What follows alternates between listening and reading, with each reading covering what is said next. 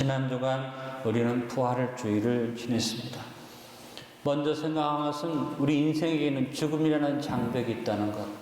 근데 거기에 대해서 사람들은 왜 우리에게 죽음이 왔는지를 잘 모릅니다. 성경은 분명히 말합니다. 우리의 죄가 죽음의 장벽을 가져왔다는 것입니다. 그런데 사람들은 그 장벽에 가로막혀서 결국은 마귀가 열어놓은 문으로 들어갑니다. 그것은 문이 아닙니다. 죽음으로 가는 또 하나의 장벽, 영원한 형벌의 자리로 갑니다. 하나님이 우리 인생을 위해서 문을 만들어 주셨습니다. 예수님을 이 땅에 보내시고 영생의 문을 만들어 주셨습니다. 주님은 십자가 위에서 문을 만드셨다고 고백했습니다. 다 이루었다. 그리고 그 문을 열 수 있는 열쇠가 필요한데 예수님이 문만 만드신 게 아니라 부활하셔서 열쇠로 문을 열어주셨습니다. 그리고 죽음의 장벽에 문도 여시는 그 능력으로 우리의 삶 속에 예수 그리스도는 열쇠 되어 주셔서 우리의 모든 것을 열어가시는 능력의 주님이신 줄로 믿습니다. 이 예수님의 부활은 꾸며낸 이야기가 아닙니다. 신화가 아닙니다. 사람의 어떤 이론이 아닙니다. 한 사건이나 어느 시기에 일어났던 한 현상이 아닙니다. 예수님의 부활은 저와 여러분 모든 인류의 영원한 숙제 사망 권세를 철폐하는 능력이었습니다. 지금도 그 능력이 됩니다. 앞으로도 모든 사망 권세를 깨뜨리는 능력으로 우리에게 역사되는 것을 믿습니다. 바울은 로마서 1장 3절로 4절에 고백했습니다. 그의 아들에 관하여는 말하면 육신으로는 다윗을 통해서 나셨고 성결의 영으로는 죽은 자들 가운데서 부활하사 능력으로 하나님의 아들로 선포되셨으니 곧 우리 주 예수 그리스도시니라. 바울은 부활을 말하면서 하나님의 성령의 뭘로? 능력으로. 부활은 능력이라고 증언했고 그 부활의 능력에 대해서 바울은 부활을 선포할 때 능력 있는 선포합니다. 고린도전서 15장 55절 58절은 이 세상에서 가장 능력이 넘치는 선포라고 볼 수 있습니다. 사망아 너의 승리가 어디 있느냐? 사망아 내가 쏘는 것이 어디 있느냐? 사망에 쏘는 것은 죄요 죄의 권능은 율법이라. 우리 주 예수 그리스도로 말미암아 우리에게 승리를 주시는 하나님께 감사하노니 그러므로 내 사랑하는 형제들아 견실하며 흔들리지 말고 항상 주의 일에 더욱 힘쓰는 자들이 되라. 이는 너희 수고가 주 안에서 헛되지 않은 줄 알미라. 지난주에 살핀 것처럼 사망에 쏘는 것은 죄고 죄의 권능은 율법이요. 그러나 이 모든 사망의 장벽을 예수님이 승리로 문을 열어주셨다. 그러므로 여러분 우리는 이 능력, 부활의 능력으로 항상 살아가는 줄로 믿습니다. 그래서 오늘 본문 16절에 부활의 능력을 기가 막히게 설명을 했습니다. 오늘 히브리서 7장 16절에 말하기를 그는 육신에 속한 한 계명의 법을 따르지 아니하고 따라합니다. 오직 불멸의 생명의 능력을 따라 되었으니 예수님의 부활의 능력을 오늘 바울은 말합니다. 불멸의 생명의 능력. 불멸이라는 영원한 생명의 능력으로 부활의 능력이 우리에게 주어졌고 그 능력으로 예수님이 우리의 제사장 되셨다는 것입니다. 부활절을 맞이해서 기뻐하고 기념하고 감사할 뿐 아니라 부활의 능력을 힘입어 삽시다. 나는 세상의 능력을 힘입어 살지 않습니다. 나는 불멸의 생명의 능력으로 삽니다. 이 믿음으로 살아갈 수 있게 되기를 간절히 바랍니다. 오늘 먼저 첫 번째 생각하고 싶은 것은 예수 그리스도의 부활은 어떤 능력이냐? 항상 보장된 중보의 능력이 됩니다. 예수님은 부활하심으로 우리의 영원한 제사장 되셨다고. 오늘 히브리서 7장 14절 25절의 전체적인 내용은 뭐냐면 예수님이 우리의 제사장 되셨다는 것입니다. 여러분 제사장은 무엇을 말합니까? 제사장은 중보를 말합니다. 하나님과 사람 사이에 사람이 죄를 지었기 때문에 하나님 앞에 갈 수 없는데 제사장이라는 중보자가 사람들을 대신해서 하나님 앞에 죄사함을 구하고 하나님의 축복을 받아와서 백성들에게 축복을 선포하는 일이라는 것이 제사장입니다. 제사장은 크게 두 가지의 중보를 할 수 있습니다. 백성의 죄를 하나님 앞에 가져 나가서 죄사함을 구하고 얻는 것입니다. 그래서 1년에 한 번 대제사장이 전 백성들의 죄를 사하는 보배로운 피를 가지고 짐승의 피를 가지고 지성소에 들어가서 그 피를 뿌리고 하나님 앞에 기도하면 하나님이 내가 백성들의 죄를 용서했노라. 그 사함받은 하나님의 응답을 가지고 나오면서 또 하나 중보는 뭐냐? 하나님께서 제사장에 말씀하십니다. 너는 가서 내 백성을 축복하라. 그래서 중보의 두 가지 조건은 사죄를 구하는 사죄의 중보, 또 하나는 하나님의 축복을 전달해주는 축복의 중보입니다. 제사장이 나와서 백성들이 제사의 결과를 기다리고 있죠. 쫙 기다렸을 때 대제사장이 말합니다. 여호와 하나님이 너희의 죄를 사하셨느라. 그러면 백성들이 아멘 하고 답합니다. 그 다음에 백성들이 기다리는 건 뭡니까? 죄사함이 중요하지만 그 다음에 기다리는 건 당연히 축복이죠. 여호와께서 너희에게 복을 주시는도다 하고 축복을 선포하면 또 아멘 합니다.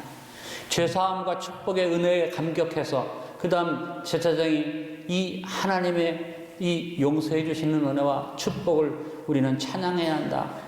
야훼 하나님을 찬양하라 할 때 외치는 외침이 할렐루야였습니다.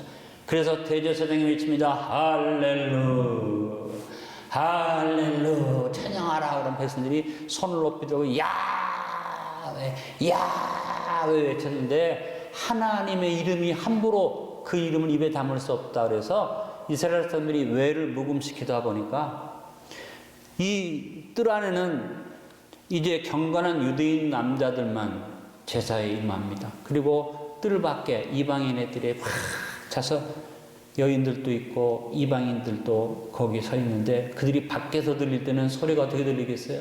할렐루야 왜 하는데 야로 들리겠죠. 그래서 할렐루야가 하나님을 찬양하라 하는 구호처럼 되었습니다. 요즘은 그냥 인사말도 할렐루야 하고 인사하는데 여러분 의미가 중요합니다. 죄를 용서하신 하나님을 찬양하라. 우리를 축복하신 하나님을 찬양하라. 그래서 여러분 할렐루야를 의미를 가지고 고백할 수 있어야만 합니다. 한번 해보겠습니다. 할렐루야 할렐루야.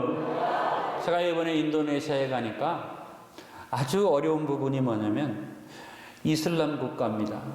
잠을 못 자요. 왜? 새벽부터 시작해서 하루에 5번을 이 알라를 향해 기도하는데 마이크에다 확성기에다 대고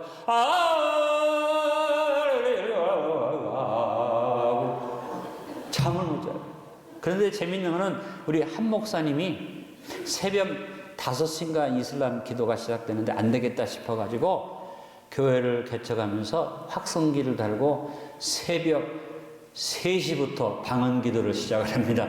그래서 막 방언으로 막 기도하니까 이슬람 사람들이 처음에는 시비를 걸다가 너희들도 알라한테 기도하는데 우리도 하나님 앞에 기도한다. 시비 걸지 마라. 그래서 기도를 하는데 한 목사님은 물어보니까 수요일날 담당이래. 왜? 혼자서 새벽마다 못하니까 월요일날은 부목사, 화요일날도 이렇게 해서 수요일날이 한 목사님이 이분 담임 목사님 담당이시라고 그러더라고요. 그래서 확성기를 틀어놓고 막 하는데 이 하나님에 대해서 단어를 어떻게 쓰느냐 알라라고 그러더라고요. 알라. 그래서 목사님 왜 알라 합니까? 이 사람들이 하나님이 우리나라도 이 한은임이라고 얘기하는 것처럼 하나님이라는 개념을 어떻게 설명할 수가 없어서 그냥 번역을 알라로 성경을 알라로 번역을 해놨다. 그래서 제가 고민을 하다가 제가 할렐루야를 가지고 하나님의 고유 명칭이 야훼다. 그러니까 하나님을 야훼 하나님을 부르면 좋겠다고 말씀을 전하고 왔어요. 그랬더니 그 목사님이 야훼를 모르는 건 아닌데 잘 안 쓴다. 가능하면 알라를 부르지 말고 음역을 그대로 해서 야훼 하나님을 찾아라. 야훼라고 하는 것이 좋겠다. 여러분 사실은 하나님이 본인의 이름을 스스로 말씀하신 야훼 하나님이라는 그 이름을 부르는 것이 더 아름다운 고백이 될 줄로 믿습니다. 우리는 이것을 그대로 번역을 하니까 하나의 하나님 의미가 딱 맞지만 이 인도네시아는 가보니까 이 알라가 역시 유일신입니다. 알라도. 그러니까 하나님을 알라로 이게 고백하는 것은 별로 마음에 제가 편치가 않았지만 어쩔 수 없죠. 여러분 이처럼 우리 중간에 중보 역할하는 제사장이 이 제사장은 죽잖아요.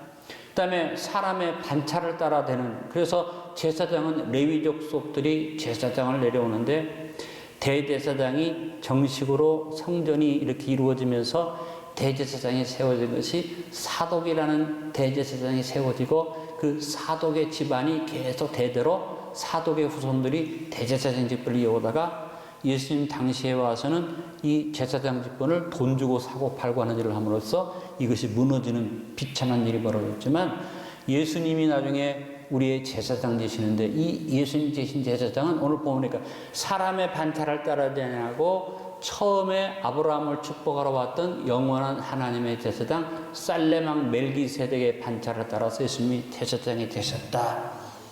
사람이 맹세하지 아니하고 그냥 혈통에 의해서 제사장이 되는데 예수님은 하나님 앞에 맹세하시고 내가 내 백성을 위해서 모든 것을 행하겠습니다. 맹세하시고 영원한 제사장이 이르게 되셨다고 오늘 히브리서에 말씀하고 있습니다. 그래서 17절에 증언하기를 내가 영원히 멜기세덱의 반차를 다루는 제사장이라 하였도다. 바로 영원한 중보자라 하였도다는 뜻입니다. 21절에서 그들은 맹세 없이 제사장이 되었을 때 오직 예수는 자기에게 말씀하신 이로 말미암아 맹세로 되신 것이라. 주께서 맹세하고 뉘우치지 아니하시리니 내가 영원히 제사장이라 하셨도다. 그냥 사람의 율동을 따라서 맹세도 없이 자동으로 제사장 된 게 아니라 예수님이 우리 제사장 되시려고 하나님 앞에 맹세하시고 맹세하신 약속을 따라 순종해 오셔서 이 땅에서 제사장이 되시는데 영원한 제사장이 되어 주셨다. 그래서 예수님은 저와 여러분의 어떤 역할을 하십니까? 제사장으로 영원한 중보자 되심을 믿습니다. 그러면 중보의 능력으로 우리와 함께 하셔서 중보자이기 때문에 오늘 본문에 말합니다. 이 예수님이 중보자로서 어떤 일을 하느냐? 더 좋은 언약의 보증이 되어 주신다. 하나님 우리에게 주신 모든 언약이 있는데 이 언약의 모든 걸 이루는 보증, 중보자로서 보증되어 주신다. 그러므로 우리는 예수님의 부활의 능력을 따라 말씀을 아멘으로 받으면 말씀대로 이루어지는 축복이 있는 줄로 믿습니다. 고린도후서 1장 20절에 말합니다. 하나님의 약속은 얼마든지 따릅니다. 그리스도 안에서 예가 되니 예수님 안에서 예가 됩니다. 말씀의 중보는 예수님이십니다. 말씀대로 이루시는 분은 예수님이십니다. 그런데 우리가 어떻게 해요? 아멘하여 하나님께 영광을 돌리게 되느니라. 여러분 아멘 하는 것은 내가 원하는 대로만 이루어지는 게 아니라 이루어진 일을 통해서 누구의 영광 돌립니까? 하나님께 영광 돌리는 일이 되는 줄 믿습니다. 그러므로 우리가 그냥 내 소원대로 된다고 아멘 하는 게 아닙니다. 우리들이 뭐 좋은 일만 있으면 아멘 아멘 자꾸 하는데 아멘의 열매는 뭡니까? 하나님께 영광입니다. 그 일에 누가 중보되십니까? 예수님이 중보되십니다. 그러므로 예수님의 부활은 그냥 죽었다가 살아나신 그 정도 아니라 저와 여러분에서 지금도 우리 곁에서 중보자로서의 능력으로 역사하시는 줄로 믿습니다. 그 예수님의 중보의 능력이 오늘 25절에 말씀되어져 있습니다. 그러므로 자기를 힘입어 하나님께 나가는 자들을 온전히 구원하실 수 있으니 그는 항상 살아계셔서 그들을 위하여 간구하심이니라. 예수님이 저와 여러분의 중보의 능력 되기 위해서 부활하신 예수님이 하늘보다 우편에서 지금도 저와 여러분을 위하여 기도하고 계십니다. 할렐루야. 바울이 로마서 8장 34절에 더 분명하게 중보의 능력 되시는 주님에 대해 말합니다. 누가 존재하려 죽으실 뿐 아니라 다시 살아나신 이는 그리스도 예수시니 그는 하나님 우편에 계신 자요 우리를 위하여 간구하시는 자시니라. 그러므로 우리는 부활의 예수님을 보면서 어떤 생각을 해야 됩니까? 예수님은 부활의 능력으로 부활하셨는데 그 능력으로 내 옆에서 중보되어 계셔서 내 옆에 어떻게 성령으로 함께와 계시고 내가 기도할 때 마땅히 빌 바를 알지 못하지만 성령이 나를 위해서 탄식하며 기도해 주시는 그 기도를 받아서 하늘보다 우편에서 중보의 능력을 가지고 주님이 기도하고 계십니다. 그러므로 우리는 부활의 능력을 힘입어 살 때 어떤 마음을 가져야 됩니까? 나를 위해서 중보해주는 예수님의 부활의 능력이 나와 함께함을 믿어야만 할 줄로 합니다. 여러분 삶에서 주님이 부활의 능력으로 함께 하심을 믿으시면 아멘 합시다. 여러분 삶 속에 부활의 능력과 권세가 함께함을 믿으시기 바랍니다. 그 권세를 아름답게 역사하게 하려면 순종하시기 간절히 바랍니다. 세 번째, 예수 그리스도의 부활은 온전함을 이루는 능력입니다. 이 세상에 하나님 외에는 온전한 존재가 있을 수 없습니다. 또 온전함을 이룰 수도 없습니다. 예수님을 통해서 우리가 온전히 구원을 얻는다는 말씀이 오늘 본문에 나옵니다. 그러므로 자기를 힘입어 하나님께 나아가는 자들을 온전히 구원하실 수 있습니다. 우리는 아무리 거룩하게 살고 아무리 하나님 앞에 죄사함 받았어도 온전한 존재가 되었었는데 예수님이 우리에게 힘이 되어 주셔서 온전히 우리를 구원해 주시는 겁니다. 할렐루야. 그래서 하나님의 은혜는 뭡니까? 여겨주심의 은혜다. 우리를 구원받을 자격이 없는데 자격이 있다고 여겨주십니다. 누구로? 예수님의 은혜로 말미암아. 내가 하나님 앞에 부족한데도 나를 능력이 있다고 여겨주시는 겁니다. 디모데전서 1장 12절에 바울이 디모데에게 편지할 때 이렇게 고백, 나를 능하게 하신 그리스도 예수 우리 주께 내가 감사함은 나를 충성되게 여겨 내게 직분을 맡기심이니. 따라합니다. 능하게 하신. 내가 능력이 있다고 말하잖아요. 우리 목사님이나 사모님이 간증할 때 우리를 능하게 하신 하나님. 또 충성되게 여겨서 직분을 주셨다. 나를 충성되게 여겨주셨다는 것이죠. 그런데 그 두 분이 간증을 합니다. 목사님, 우리가 하나님 앞에 이 은혜를 받으면서 큰 체험을 하게 해주셨습니다. 왜? 아들 둘이 있는데 큰아들이 공부를 너무 잘하는 거예요. 학교에서 1등 아니면 뭐 2등을 한 적이 없어요. 그래서 기도하고 하나님이 축복하셔서 의사가 되기를 소원해서 미국에 의사를 시키려고 학교를 보냈는데 이제 열심히 공부해서 고등학교까지 잘하고 의대를 갔는데 의대 가서 장학금 받기가 쉽지 않잖아요. 공부를 계속 하려니까 돈이 없어요. 이 두 사람이 한국에서 이제 나오면서 우리가 나중에 은퇴한 다음에 선교사를 그만둔 다음에 집이라도 하나 있어야 되지 않느냐. 그래서 마지막으로 준비해놓은 아파트가 서울에 있었다는 거죠. 근데 아들이 공부를 해야 하는데 많은 돈이 들어가니까 두 부부가 기도하고 생각한 게 뭐냐면 할 수 없다. 우리가 자식을 위해서 해야지. 그래서 이 아파트를 팔고 그 돈을 자식한테 도와주면 우리 아들이 나중에 의사가 되면 우리가 판 아파트 정도야 하나 안 사주겠나. 그래서 그렇게 해가지고 의사 공부를 시켰는데 의사를 하면 여러분 의대만 된다고 되는 게 아니라 의대를 졸업하면 이제 전문의 자격증을 따야 되죠. 의사 시험을 보는데 미국에서는 의사 시험 3번 떨어지면 그 다음에 시험 볼 수 있는 권한이 없대요. 근데 이 아들이 그렇게 공부를 잘하는 아들이 못하는 애들도 다 되는데 의사 시험 3번 다 떨어진 거예요. 그러니까 이 아들이 충격을 먹었어. 그래서 너무 착하고 귀한 아들인데 부모님 보기가 미안해. 왜? 어머니 아버지가 노후에 선교사 하다가 은퇴하면 살 그 아파트를 팔아 나를 도와줬는데 그래서 이 아들이 부끄러워서 편지 한 쓰고 없어져 버렸어요. 바람과 함께 사라졌어요. 나를 찾지 마십시오. 부끄러워서 어머니 아버지를 볼 수 없습니다. 그러니까 이 사모님이 얼마나 가슴이 아프고 가슴을 치고 막 기도하고 목사님도 기도하는데 목사님이 기도만 하면 응답받잖아요. 이분이 하나님 응답하셨다 그러더래요. 그래서 남편한테 무슨 응답이 나오고 그러보니까 사랑하는 딸에게 말하라. 너는 한 목사와 함께 행복하게 살면 된다. 아들 걱정하지 말아라. 그렇게 응답하셨다면서 한 목사님 위로를 하더라고요. 이 사모님이 얼마나 화가 나는지 욕이 막 나올 정도로 왜? 지금 아들이 어디 가서 죽었는지 살았는지도 모르는데 아버지라는 사람이 응답받았다고 말하기를 너는 한 목사와 함께 걱정 없이 행복하게 살아라 했다고 막 화가 나서 견딜 수가 없는데 한 번도 목사님의 예언이 틀린 적이 없기 때문에 자기가 거기서 순종을 하고 그래 명령을 따라서 내가 행복하게 살면 되지.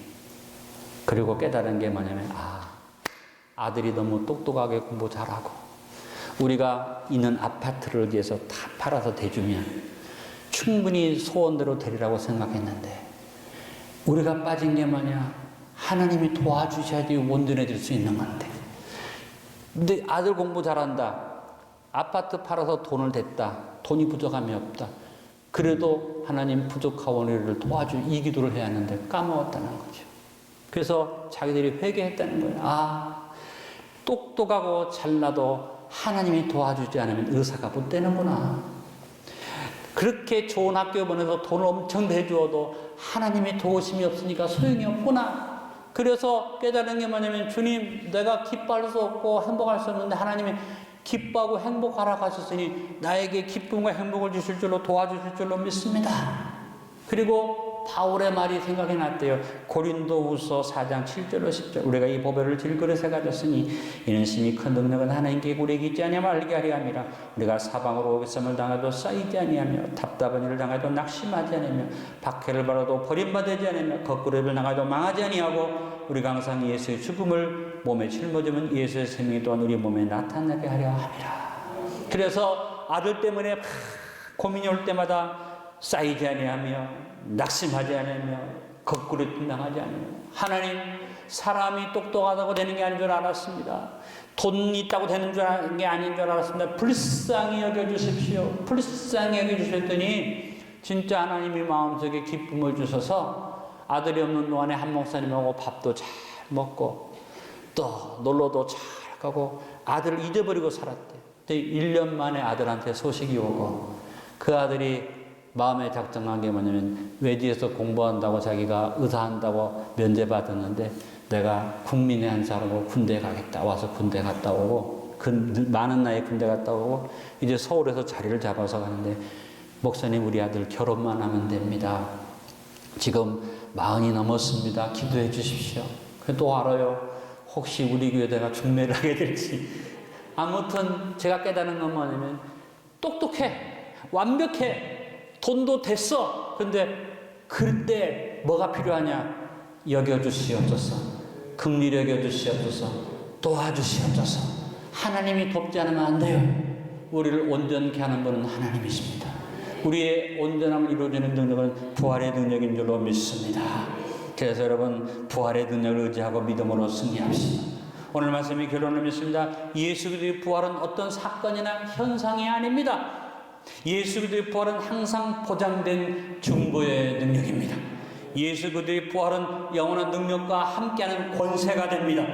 예수님의 부활은 우리의 부족과 연약함을 온전하여 구원을 주시는 능력이 됩니다. 부활의 능력을 누리는 부활신앙인으로 삽시다. 따라합니다. 중보의 능력입니다. 더불어 권세와 함께하는 능력입니다. 우리의 모든 것을 온전케 하는 능력입니다. 이 부활의 능력을 의지하고 믿음으로 승리하는 여러분 되시길 주님의 이름으로 축원합니다.